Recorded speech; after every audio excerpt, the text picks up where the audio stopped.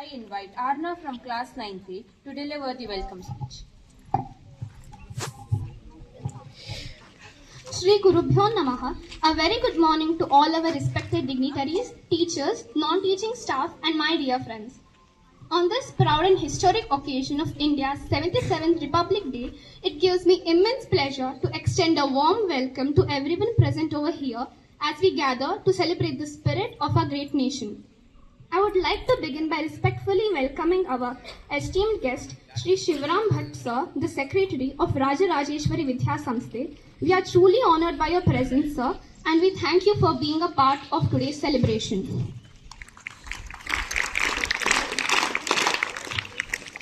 I also extend a heartfelt welcome to our Vice Principal, Mrs. Vasudha Hegde ma'am, whose guidance, encouragement and dedication continue to inspire both students and teachers alike. We also convey our respectful regards to Shri Vasant Bhatt Sir, whose presence would add a great value to this celebration. I also extend a warm welcome to all our respected teaching and non-teaching staff and my dear friends gathered here today. Thank you all for being a part of this proud occasion. Let us now move ahead with the program and celebrate this day with patriotism, unity, pride in our nation. Thank you once again. Jai Hind.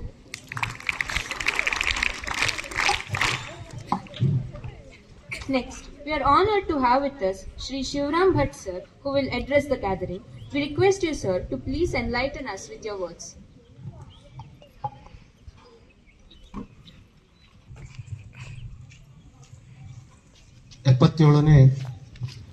ಗಣರಾಜ್ಯೋತ್ಸವದ ಹಾರ್ದಿಕ ಶುಭಾಶಯಗಳನ್ನು ಎಲ್ಲರಿಗೂ ತಿಳಿಸ್ತಾ ಇದ್ದೇನೆ.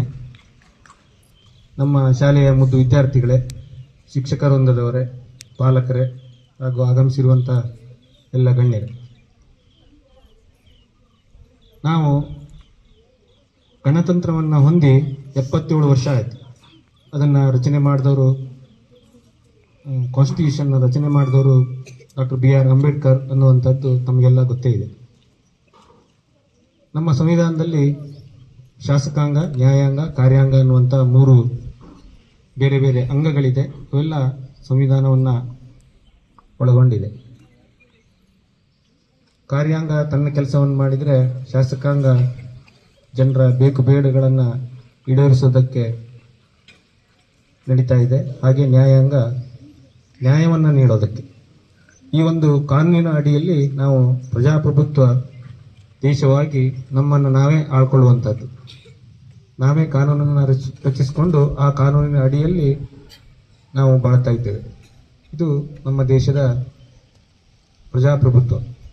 ಜಗತ್ತಿನಲ್ಲಿ ಅತ್ಯಂತ ದೊಡ್ಡ ಪ್ರಜಾಪ್ರಭುತ್ವ ದೇಶ ಅಂತಂದ್ರೆ ಅದು ನಮ್ಮದು.